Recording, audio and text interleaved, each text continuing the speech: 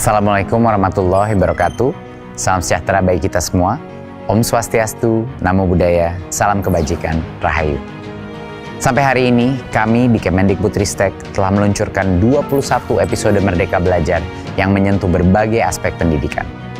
Tujuan utama dari Merdeka Belajar adalah mendorong perbaikan kualitas dan pemulihan dari krisis pembelajaran, khususnya melalui kurikulum Merdeka, yang kami luncurkan bersama platform Merdeka Mengajar sebagai Merdeka Belajar episode ke-15.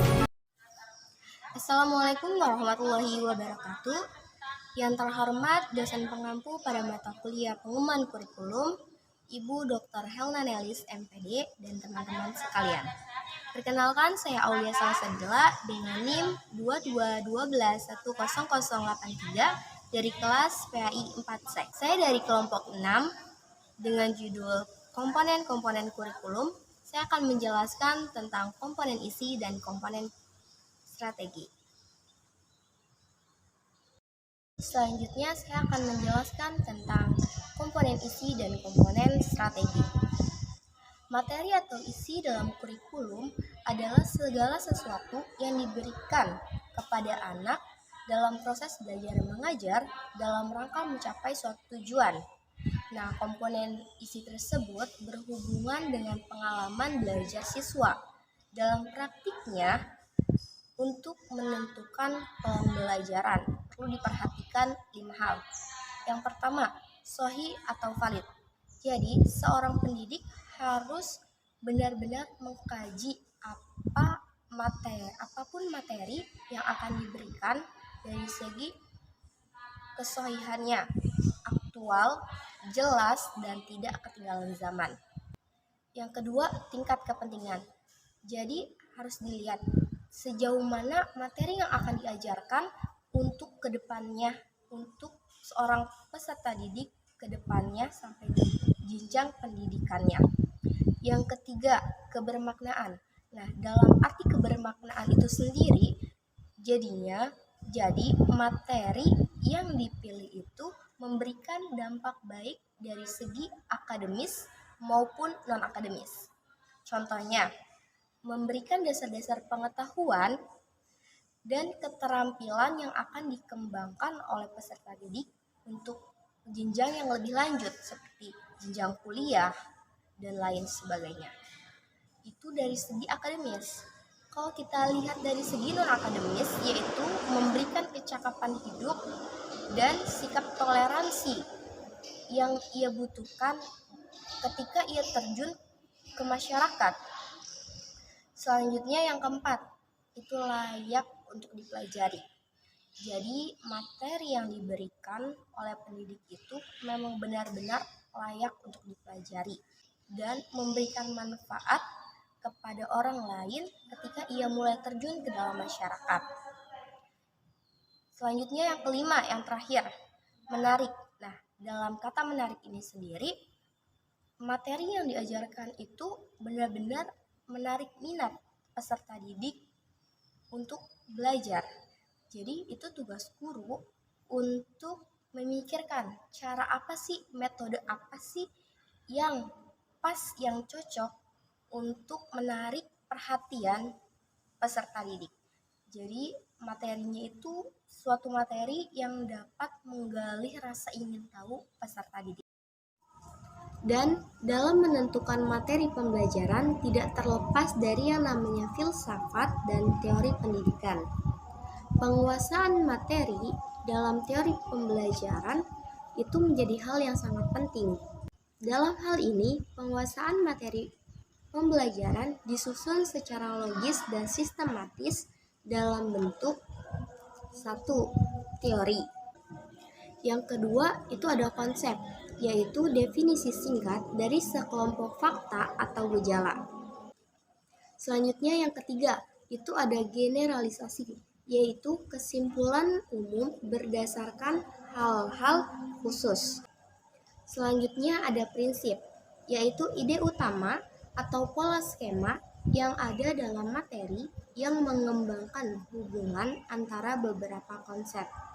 Selanjutnya yang kelima, itu ada prosedur, yaitu seri langkah-langkah yang berurutan dalam proses belajar mengajar atau penyampaian materi pelajaran yang dilakukan oleh siswa.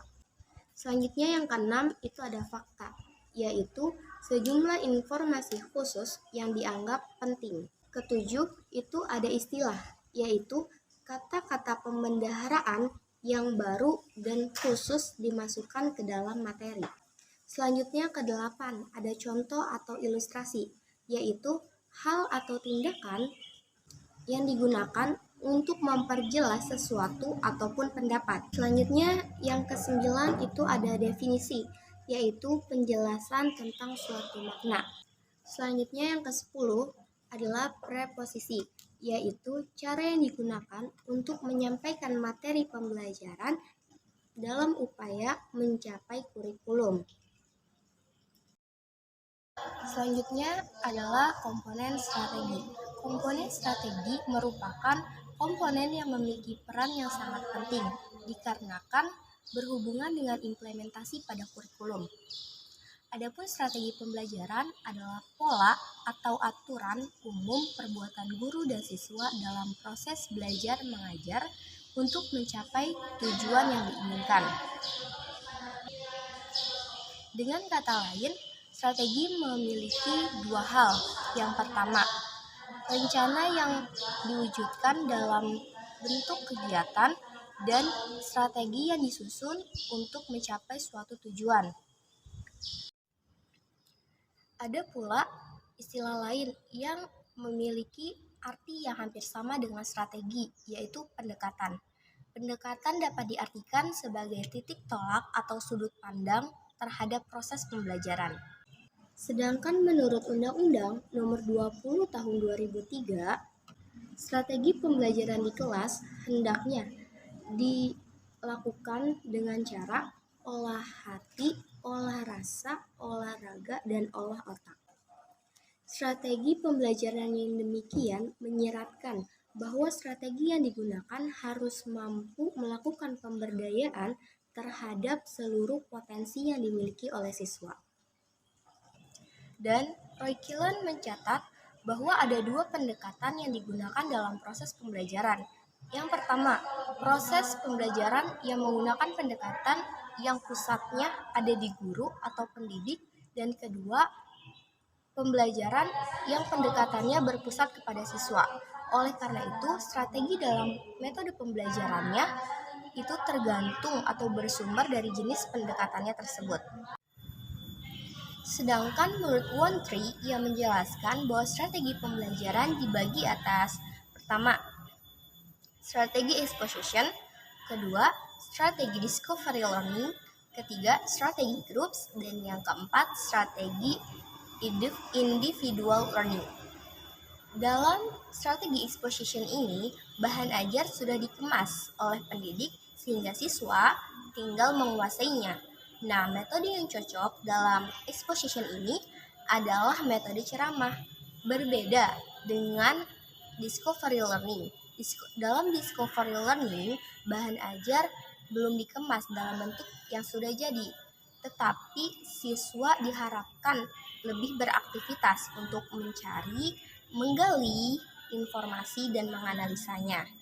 Nah, metode yang cocok dalam discovery learning ini adalah metode pemecahan masalah. Jadi, strategi yang bagaimanapun yang digunakan itu sangat tergantung pada tujuan dan materi yang digunakan. Mungkin cukup sekian pembahasan dari saya. Kurang lebihnya saya mohon maaf.